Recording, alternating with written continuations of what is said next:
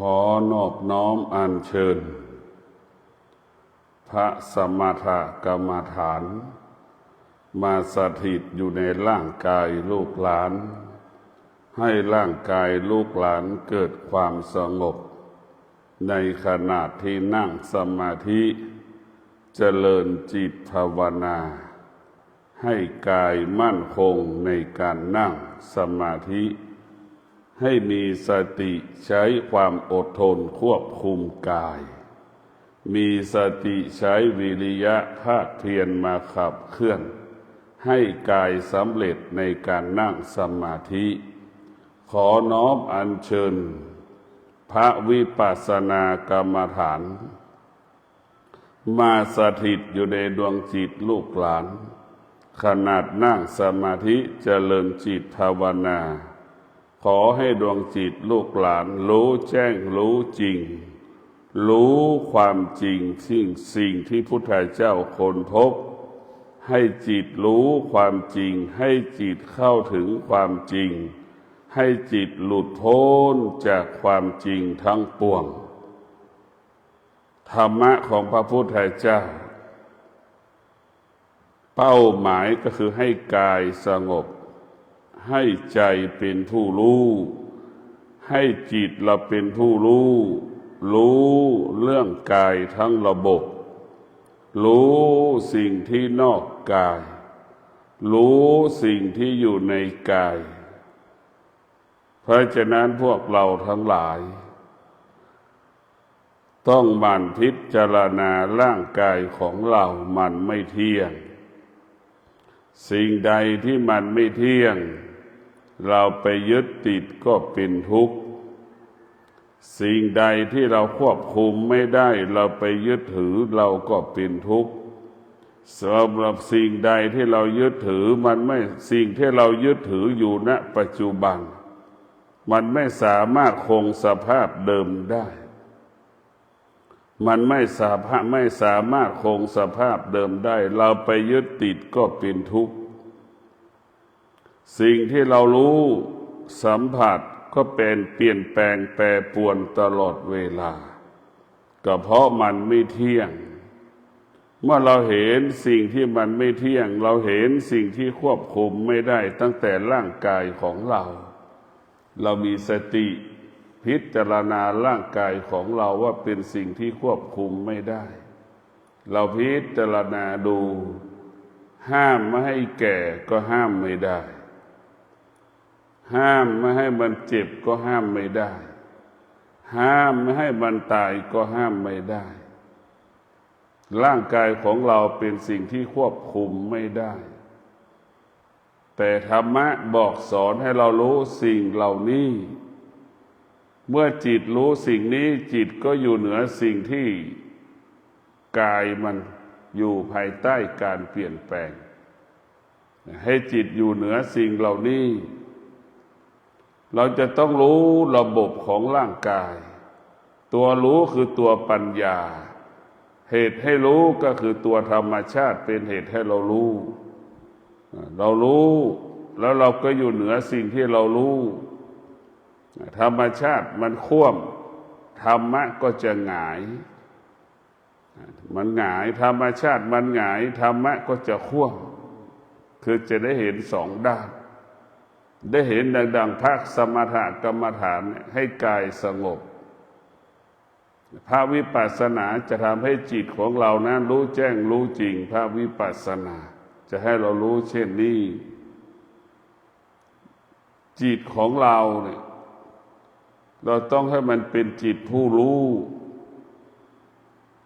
จิตผู้รู้ก็คือจิตรู้เรื่องธรรมชาติของร่างกายทั้งระบบตั้งแต่ฝ่าเท้าถึงเส้นผมตั้งแต่เส้นผมถึงฝ่าเท้าเราก็รู้เอาเช่นร่างกายของเราเนี่ยมันลุกยากนั่งยากมันก็บ่งบอกถึงการเปลี่ยนแปลงปรากฏลุกก็โอยนั่งก็โอยก็บ่งบอกถึงการเปลี่ยนแปลงปรากฏนั่งอยู่เฉยๆมันก็เกิดอาการเจ็บ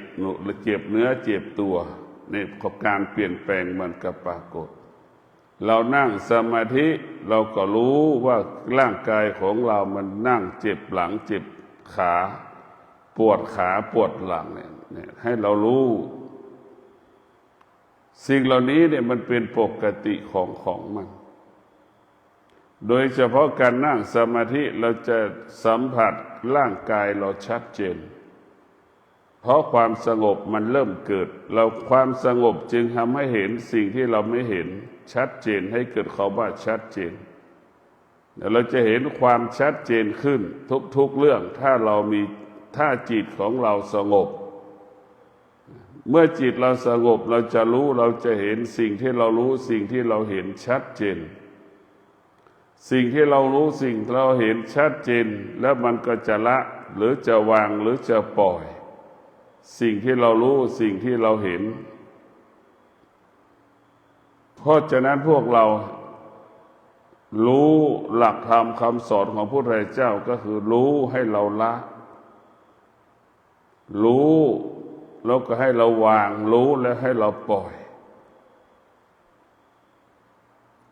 รู้ทุกอย่างแล้วเรายึดติดทุกอย่างก็เป็นทุกข์ทั้งระบบเป็นทุกข์ทั้งสิ้นหลักการของพระพุทธเจ้าคือให้รู้เฉยๆแต่เราไม่ยึดติดในสิ่งที่เรารู้เฉยๆหมายความว่ารู้ความเป็นจริงไฟมันร้อนอย่างนี้น้ำมันเย็นอย่างนี้ให้รู้มันก็ให้รู้หน้าที่ของตามันก็ดูรูปเฉยๆให้มันดูรูปเท่านั้นเราจะไม่ให้ตาบอกว่าชอบไม่ให้ชอบเดี๋ยวเราจะมีสติรู้บังคับตาไม่ให้มันตกอยู่ใต้อำนาจชอบใจไม่ให้ชอบใจเราจะมีสติควบคุมตานี่คือธรรมชาติของตาก็จะคือให้รู้เฉยๆในรูปเราจะมีสติบังคับหูอีกให้รู้เฉยๆว่าเสียงที่ได้ยินในเสียงแต่เราก็บังคับหูไม่ให้ยึดติดในเสียงอีกเราจะมีสติรู้บังคับหูไม่ให้ยึดติดในเสียงเรามีสติที่จะบังคับจมูกให้มันสัมผัสกับกลิ่นก็ให้รู้ว่าเป็นกลิ่นหอมกลิ่นเหม็นเราไม่สนจะว่ากลิ่นเท่านั้นเราจะบังคับให้มันรู้ในกลิ่นเราจะไม่ให้มันหลงในกลิ่นไม่ให้ยึดมั่นในกลิ่นไม่ว่ากลิ่นนั้นจะเป็นชอบใจไม่ชอบใจก็ช่างเราจะให้มันรู้เฉยๆลิ้นสัมผัสกับรสชาติอาหารก็มีสติให้บรรลุไม่ให้มันไปยึดติดไม่ให้ไปยึดติดกายของเราก็เช่นเดียวกันเราไม่ให้มันเจ็บไม่ให้มันยึดติดเมื่อร่างกายป่วยเราก็ให้รู้ว่าร่างกายมันป่วยร่างกายมีบาดแผลก็ให้รู้ว่าร่างกายมีบาดแผลเราจะไม่ให้มันไปยึดติดสิ่งที่กระทบที่กายหรือกายมันเกิดอาการต่างๆก็ให้จิตมันรู้เฉยๆมีสติให้บังคับให้มันรู้เหล่านี้คือรู้ด้วยปัญญารู้ตามความเป็นจริงดังที่ได้กล่าวว่าตาเห็นรูปเราก็ไม่ให้ยึดติดหูยึดสัมผัสกับเสียงก็ไม่ยึดติดจมูกสัมผัสกับกลิ่นเราก็ไม่ยึดติดลิ้นสัมผัสกับรสชาติอาหารเราก็ไม่ยึดติดกายของเราเจ็บป่วยเราก็ไม่ยึดติดจิตเราวุ่นวายเราก็ไม่ยึดติดรู้เฉยๆเมื่ออาการเหล่านี้ที่เรารู้นี่สิ่งที่เรารู้ก็ไม่มีค่าสิ่งที่เรารู้มันก็หมดค่ามันก็ไม่สามารถทำให้จิตเรานั้นสะเทือนและหวั่นไหวได้ทำให้จิตเราอยู่เหนือสิ่งที่เรารู้แล้วไม่ตอบสนองคือเราอยู่เหนือมันเช่นตาเห็นรูปเราไม่ตอบสนองสิ่งที่เราเห็นชอบใจไม่ชอบใจแล้วก็อยู่เหนือมันหูสัมผัสกับเสียงเราก็อยู่เหนือมันจมูกสัมผัสกับกลิ่นเราก็อยู่เหนือมัน ลิ้นสัมผัสกับรสชาติอาหารเราก็อยู่เหนือมันเราอยู่เหนือมันทั้งระบบมันก็สะสมความสงบสะสมความมั่นคงในการปฏิบัติเราสะสมความมั่นคงในการปฏิบัติธรรมการฝึกจิตเพื่อให้จิตนั้นมั่นคงการฝึกจิตไม่ให้จิตนั้นหวั่นไหวการฝึกจิตให้จิตแน่วแน่ในสิ่งที่จิตรู้การฝึกจิตให้จิตรู้ไม่ให้จิตไปยึดติดสิ่งที่จิตรู้ก็คือตั้งตารู้ก็ไม่ให้ตาไปยึดติดหูรู้ก็ไม่ให้ไปยึดติดจมูกรู้ก็ไม่ให้ไปยึดติดลิ้นรู้ก็ไม่ให้ไปยึดติดกายรู้ก็ไม่ให้ไปยึดติดเมื่อมันไปยึดติดมันก็ว่างมันก็สบายทั้งกายทั้งใจเหมือนเราเดินทางไม่มีสัมภาระนั่นแหละการไม่ยึดติดจะเป็นเช่นนั้นคนที่ยึดติดก็เหมือนคนเดินทางมีสัมภาระเดินยากเดินลำบากเดินไม่คล่องคนที่มีสัมภาระนะนั่นแหละคือคนที่ยึดติดกับคนที่ไม่ยึดติดย่อมแตกต่างดังคนบ้ากับคนดีกับคนปกติคนบ้ากับคนปกติก็ย่อมแตกต่างกันคนปกติก็เป็นคนรู้คนบ้าคนที่ไม่รู้มันก็ย่อมแตกต่างแต่การภาวนาของเราเนี่ยให้สภาวะจิตของเราเหมือนคนบ้าร้อนก็ให้เรารู้ว่าร้อนแต่เราไม่ตอบสนองสิ่งที่เราร้อนสิ่งที่เราสัมผัสรู้สึกว่ามันร้อนแต่คนบ้ามันไม่รู้ว่าร้อนมันไม่รู้ว่าร้อน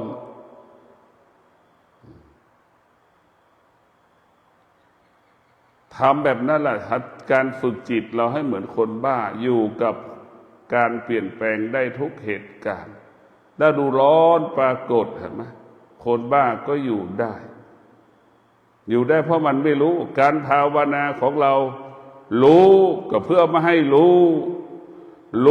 แล้วไม่ตอบสนองกับสิ่งที่เรารู้แล้วเราก็อดทนกับสิ่งที่เรารู้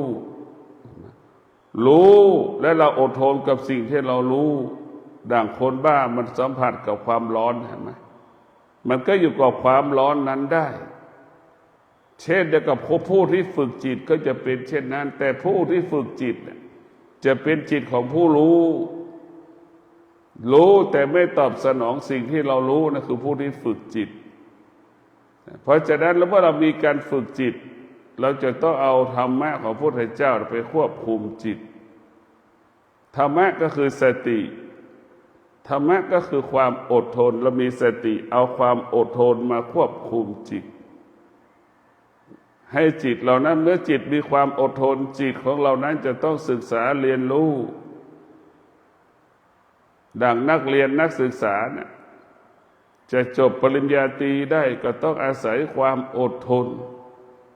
จะจบปริญญาโทได้ต้องอาศัยความอดทน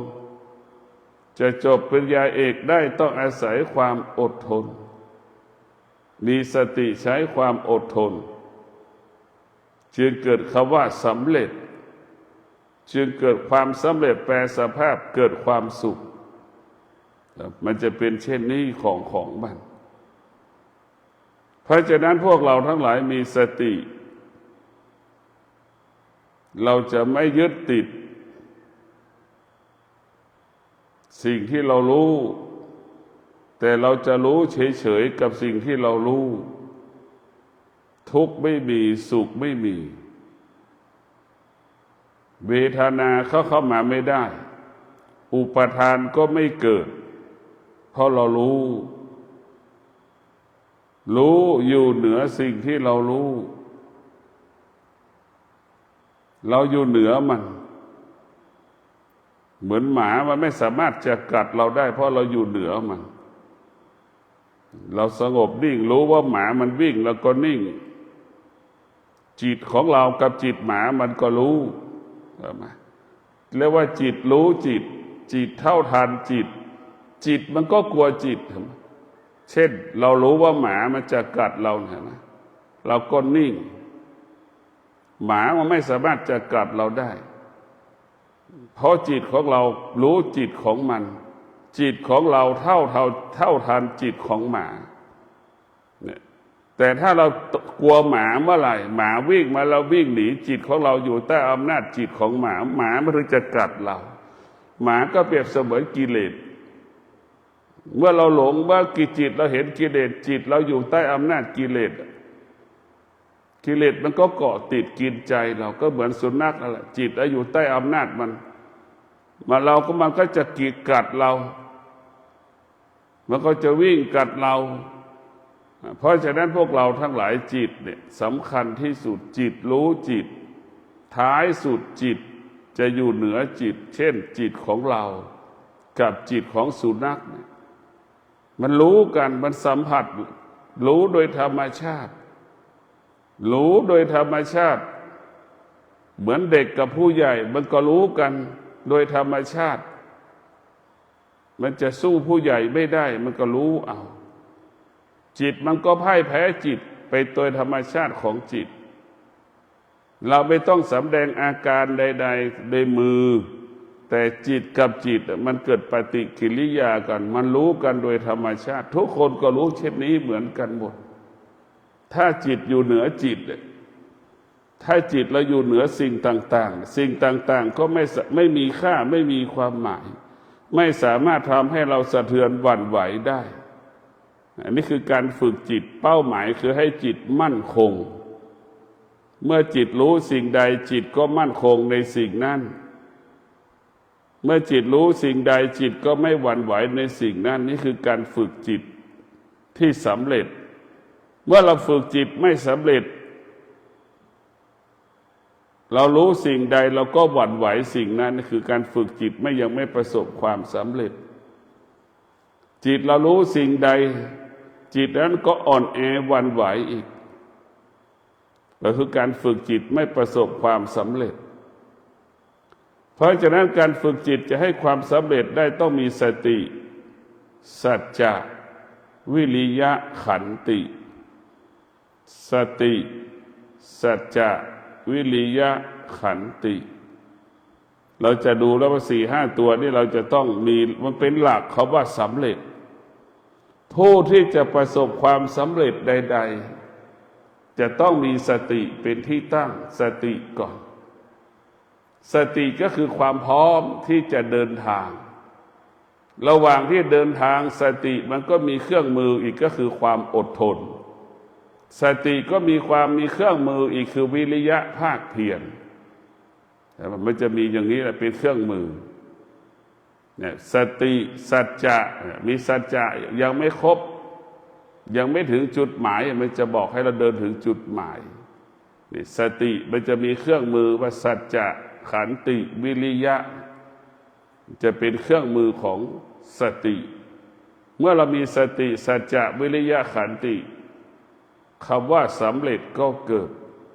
ดังพระพุทธเจ้าทุกพระองค์ก็ต้องประกอบไปด้วยสติสัจจะวิริยะขันติพระพุทธเจ้าได้เป็นพระพุทธเจ้าก็เพราะสติสัจจะวิริยะขันติพระอรหันต์ทุกพระองค์ได้บรรลุธรรมก็เพราะมีสติสัจจะวิริยะขันติภิกษุณีทั้งหลายที่เป็นผู้ได้บรรลุธรรมเป็นพระอรหันต์ภิกษุณีเหล่านั้นก็ต้องประกอบไปด้วยสติสัจจะวิริยะขันติจึงได้บรรลุธรรมพ่อแม่ครูบาอาจารย์ทั้งหลายมีหลวงปู่มั่นเป็นต้นก็ต้องประกอบไปด้วยสัจจะวิริยะขันติจึงได้บรรลุธรรมเห็นธรรมอำนาจของพระธรรมนั้นมันหอมเหมือนกลิ่นดอกไม้เพราะฉะนั้นคนจะต้องระลึกถึงหลวงปู่มั่นตลอดเวลาเพราะหลวงปู่มั่นเป็นพ่อแม่ครูบาอาจารย์ต้นแบบของพระกรรมฐานเป็นต้นแบบอย่างของการเริ่มต้นของกรรมฐานยุคใหม่พ เพราะพ่อแม่ครูบาอาจารย์ยุคเก่ามันก็หายไปหลวงปู่มั่นก็เหมือนเป็นพระให้กำเนิดพระกรรมฐานยุคปัจจุบันสืบเนื่องมาจนถึงปัจจุบันเผยแพร่กระจายไปทั่วโลกถึงปัจจุบันก็เพราะหลวงปู่เป็นพ่อแม่ครูบาอาจารย์ต้นแบบต้นธรรมเป็นผู้ฟื้นฟูพระสมถกรรมฐานพระวิปัสสนากรรมฐานให้คนทั้งโลกตื่นมาจนถึงปัจจุบันนี้หลวงปู่มั่นได้บรรลุธรรมเข้าถึงธรรมก็เพราะมีสติสัจจะวิริยะขันติสติรู้ว่ามีสัจจะสัจจะคือวันนี้จะไม่นอนตลอดทั้งคืนคือสติสัจจะมีสติแล้วมันก็จะมีสัจจะว่าจะนอนคืนนี้ทั้งคืนจะไม่นอนจะนั่งสมาธิเดินจงกรมนั่งสมาธิเดินจงกรมเดินจงกรมนั่งสมาธิจะมีสองอริยบทนี่คือสัจจะตั้งแต่1 ทุ่มไปจนถึงตี 5อย่างนี้คือสัจจะสติมันก็มีสติมันก็ทำให้จิตเราตื่นตัวตื่นก็คือตัวสัจจะเป็นธรรมะทำให้พุทธจิตเราตื่นอดทนก็ทำให้จิตเราตื่นวิริยะภาคเพียรก็ทำให้จิตเราตื่นเนี่ยมีสัจจะแล้วสติมันก็จะเอาขันติมาเป็นเครื่องมือเอาวิริยะภาคเพียรมาเป็นเครื่องมือผู้ที่มีสติบำเพ็ญสัจจะวิริยะขันติจึงประสบความสำเร็จในการนั่งสมาธิทั้งคืนเดินทั้งคืนนั่งทั้งคืนอย่างใดอย่างหนึ่งเปลี่ยนกัน1 นาทีนั่งสมาธิ30เดินนั่ง30เดินชั่วโมงนั่งชั่วโมงเนี่ยเป็นอย่างเงี้ยผัดเปลี่ยนก็เรียกว่าบำเพ็ญสัจจะถ้าทำได้อย่างนี้เนี่ยมันจะเกิดคำว่าการฝึกจิตการฝึกกายให้กายกับจิตนั้นสมดุลกันให้กายเป็นพี่ให้กายเป็นน้องจิตเป็นพี่กายเป็นน้องจิตมันเป็นพี่จิตจะต้องสอนน้องคือสอนกายให้กายรู้ว่าเป็นอย่างนี้เป็นอย่างนี้เพราะฉะนั้นกายเป็นของเราคือน้องเปรียบเสมือนน้องจิตเราเปรียบเสมือนพี่คอยตักเตือนพี่คอยดูแลน้องพี่คอยดูแลน้องก็ต้องฟังตามพี่บอกสอนทุกอย่างก็เกิดคำว่าสำเร็จจิตที่ฝึกนั้นจะเป็นจิตที่จิตผู้รู้เมื่อผู้รู้จะไม่หวั่นไหวใดๆทั้งสิ้นจิตผู้รู้ก็คือดังพวกเราเนี่ยรู้ที่จะมาตัวรู้ก็คือตัวตื่นอย่างเรามานั่งสมาธิเนี่ยรู้จะมานั่งสมาธิคือจิตมันตื่นในความดีอีกตัวหนึ่งกิเลสมันก็ตื่นมันก็ตื่นจิตมันก็ตื่นในความชั่วตาที่จะไปฟังหนังดูละครไปกินเหล้าในจิตก็ตื่นนั่นคือกิเลสมันก็พาจิตอีกตัวไปตื่นมันก็ตื่นเหมือนกันตื่นต้อนรับกิเลสไปตื่นเป็นความชั่วตื่นต่อความชั่วนั้นจิตที่เป็นกิเลสมันจะไปตื่นกินเที่ยวเล่นทั้งคืนเห็นไหมกินเที่ยวเล่นทั้งคืนเป็นจิตที่เป็นตัวนั้นเป็นตัวทำลายตื่นแล้วทำลายตัวเองจิตที่มีธรรมะตื่นและส่งเสริมให้กายของเรานั้นสงบตื่นแสวงหาความดีแสวงหาความสงบเมื่อความสงบมันเกิดมันก็เห็นสิ่งที่เห็นนะชัดเจนสิ่งที่รู้ก็ชัดเจนสิ่งที่มือสัมผัสก็ชัดเจนสิ่งที่ตาสัมผัสชัดเจนหูสัมผัสชัดเจนจมูกสัมผัสชัดเจนลิ้นสัมผัสชัดเจนตลอดถึงร่างกายเราสัมผัสชัดเจนมันจะรู้คำว่าชัดเจนเพราะฉะนั้นพวกเราทั้งหลายการฝึกจิตการฝึกกายของเรามันก็ต้องอาศัยหลักธรรมหลายๆข้อมาเป็นหลักให้เราดังเช่นสติเราต้องมีอยู่ในร่างกายของเราทุกคนมีสติบำเพ็ญสัจจะมาเอาสัจจะมาเป็นหลักเนี่ยเราจะนั่งสมาธิเดินจงกรม1 คืนอย่างเงี้ย วันพระเราก็จะบำเพ็ญสัจจะนั่งสมาธิเดินจงกรมทั้งคืนยามถ้ามันเมื่อยล้าสติมันก็จะมีมันจะบอกให้อดทนอดทนเห็นไหมนะมันล้าอีกจะคลายความเพียรอีกสติมันก็บอกให้เรามีวิริยะภาคเพียรไปจะไปท้อจะไปถอยจนถึงที่สุดเราก็ประสบความสำเร็จในความสำเร็จในการเดินจงกรมมันทำภายนอกเราไม่ได้ทำภายในเราก็ได้ทำภายนอกดังผู้ที่มาปฏิบัติธรรมการนั่งสมาธิจะไม่เกิดผลต่อผู้นั่งสมาธิต่อผู้มาปฏิบัติธรรมอันนี้คือทำสมาธิคือทำภายในทำภายนอกที่เราต้องได้ก็คือการสละเราสละมีสัจจะแล้วจะออกจากบ้านมาปฏิบัติธรรมเนี่ยเราก็ออกได้แล้วนี่คือเราสำเร็จแล้วพอมาอยู่วัดเนี่ยเราก็มาอยู่วัดครบ3 วันนี่เราก็สำเร็จแล้วนี่คือความสำเร็จภายนอกเราตั้งใจจะมา3 วันแล้วก็ครบ3 วันนี่คือความสำเร็จเราตั้งใจแล้ว3 วันเราจะมาอยู่นอนปฏิบัติธรรมเราสามารถตื่นทำวัดเช้าทุกวันนี่คือสำเร็จแล้วถึงเวลาบ่ายโมงเราทำวัดสวดมนต์แล้วก็ทำครบแล้วนี่คือความสำเร็จเกิดขึ้นแล้วถอนตอนเย็นอีกเดินจงกรมอีกเราก็สำเร็จแล้วนี่คือสำเร็จทางกายก่อนนะเช่นเราเดินจงกรมนั่งสมาธิตื่นกายมันก็ตื่นอยู่แต่จิตมันอาจจะไม่ตื่นนะ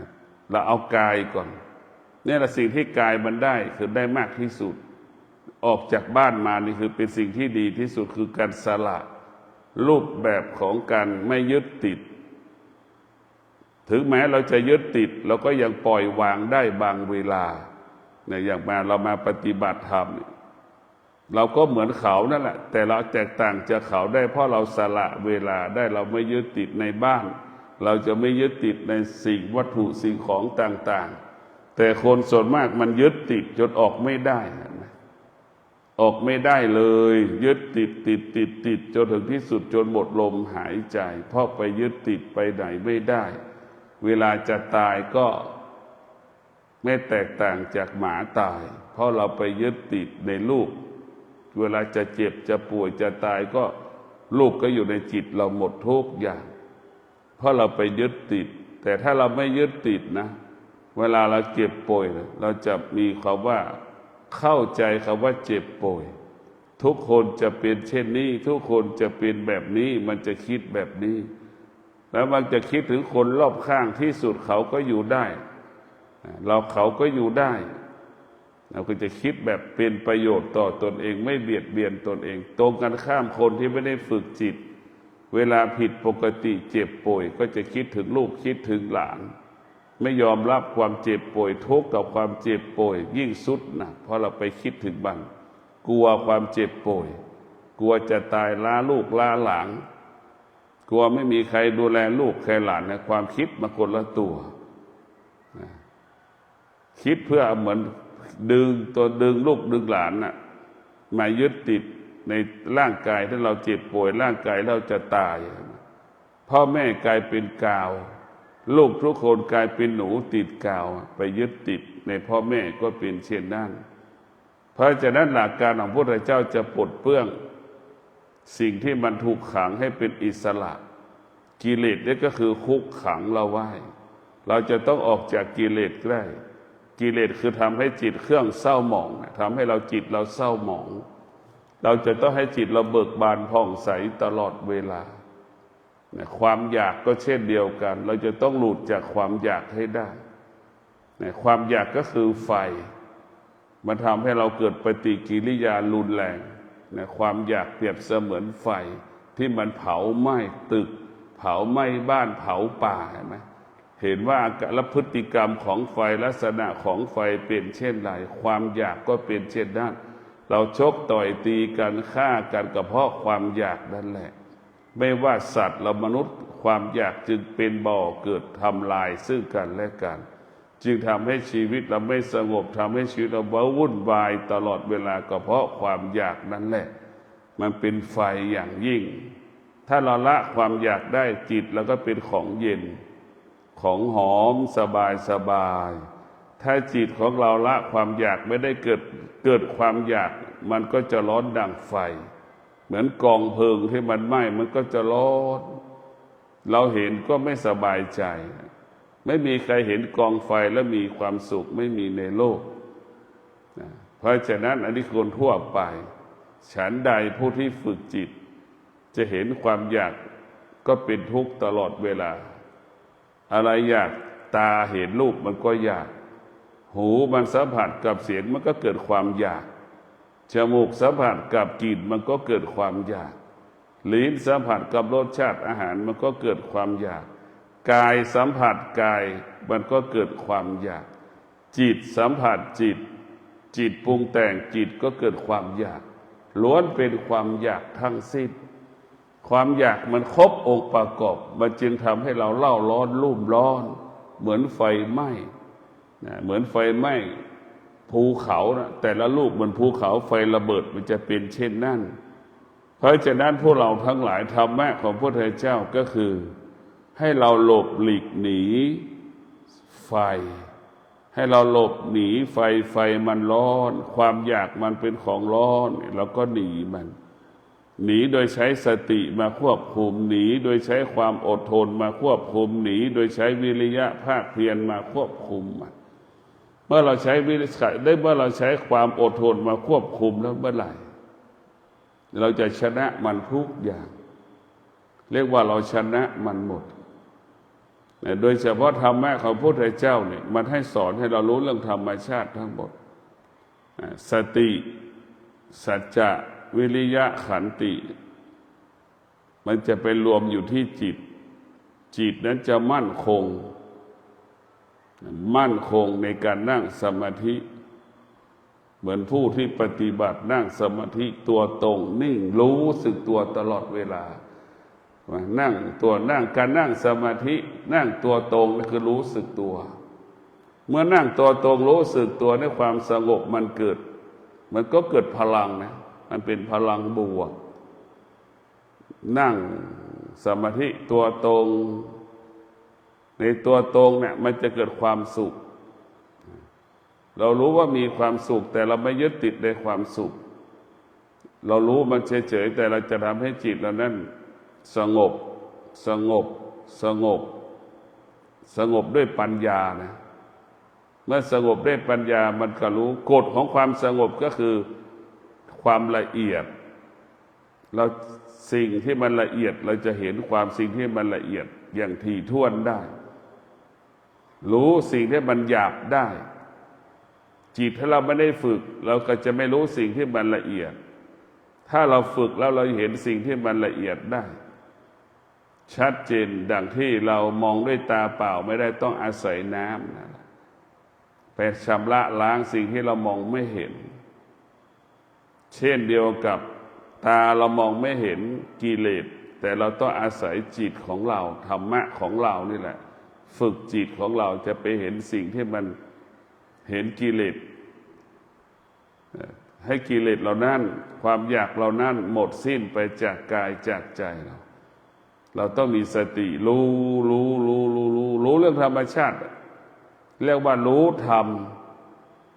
แยกธรรมออกจากธรรมชาติถ้าตลับใดเรายังมีธรรมชาติเราจะไม่มีโอกาสได้บรรลุธรรมเพราะธรรมชาติมันว่าด้วยเรื่องกิเลสล้ว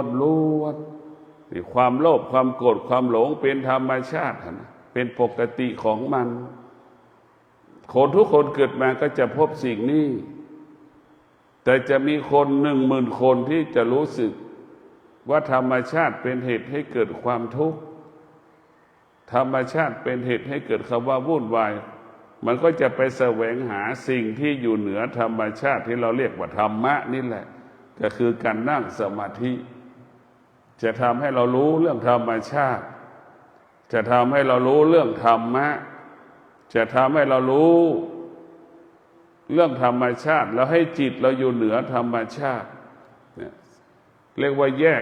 เราจะแยกธรรมกับธรรมชาติออกจากกันหรือเข้าใจมัน ระหว่างธรรมกับธรรมชาติมันแยกได้ร่างกายของเราเป็นธรรมชาติจิตของเราเป็นธรรมะร่างกายของเรามันเจ็บป่วยก็เป็นธรรมชาติถูกไหมเราก็รู้อีกหรือจิตแล้วก็เป็นธรรมชาติมันอยากได้อยากมีอยากเป็นอีกแต่ธรรมะเห็นไหมมันอยู่เหนือธรรมชาติเพื่อจะมาควบคุมจิตอีกทีหนึ่งธรรมะเพื่อจะมาควบคุมกายของเราอีกทีหนึ่งเห็นไหมเมื่อธรรมะก็คือตัวปัญญามาควบคุมจิตเมื่อธรรมะคือตัวปัญญามาควบคุมกายธรรมชาติมันก็หมดสิ้นธรรมะมาควบคุมจิตธรรมะมาควบคุมกายความโลภความโกรธความหลงความอยากความเศร้าหมองก็ไม่เกิดความโลภความโกรธความหลงมันเกิดความเศร้าหมองมันเกิดก็เพราะมันเป็นธรรมชาติมันตกอยู่ใต้อำนาจธรรมชาติเพราะฉะนั้นธรรมะของพระพุทธเจ้าสอนให้เราเข้าใจเรื่องธรรมชาติแล้วก็ให้เราอยู่เหนือธรรมชาติจิตเราร่างกายของเราเปรียบเสมือนธรรมชาติจิตของเราเปรียบเสมือนธรรมะให้เรารู้ธรรมชาติของกายทั้งสิ้นว่ามันไม่เที่ยงมันไม่เที่ยงมันแปรปรวนเปลี่ยนแปลงตลอดกาลเวลาให้เรารู้ว่าร่างกายของเราเป็นสิ่งที่ควบคุมไม่ได้ให้เรารู้ว่าร่างกายของเราไม่สามารถคงสภาพเดิมได้ไม่สามารถคงสภาพเดิมได้เราต้องพิจารณาจิตของเราเนี่ยเปรียบเสมือนหมอพยาบาลร่างกายของเราเปรียบเสมือนคนป่วยที่หมอพยาบาลต้องชำแหละต้องรักษาต้องดูแลคนเจ็บคนป่วยเห็นไหมร่างกายของเราเปรียบเสมือนคนป่วย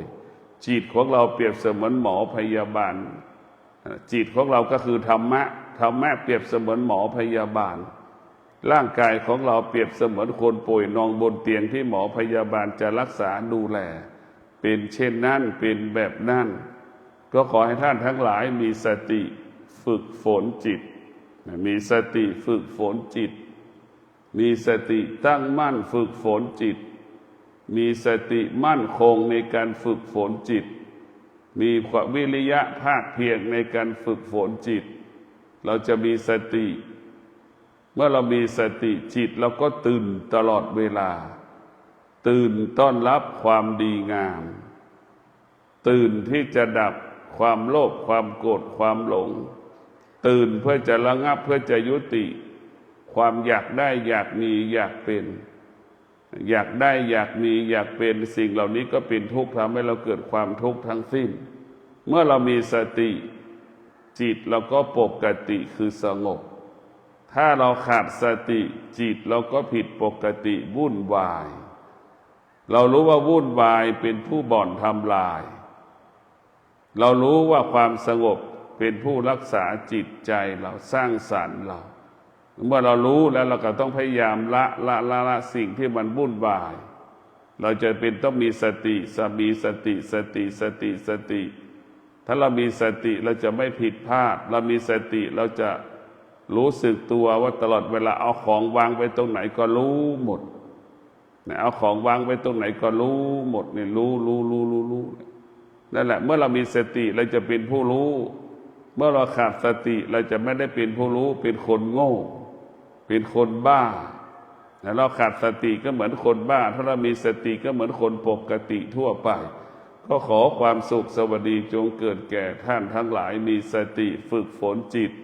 มีสติดำรงตนด้วยศีลสมาธิปัญญามีสติที่จะบำเพ็ญสัจจะขันติวิริยะเราจะทำให้ชีวิตเรานั้นประสบความสำเร็จแม้เป็นนักพจนักบวชมีสติสัจจะวิริยะขันติก็สำเร็จในการปฏิบัติธรรม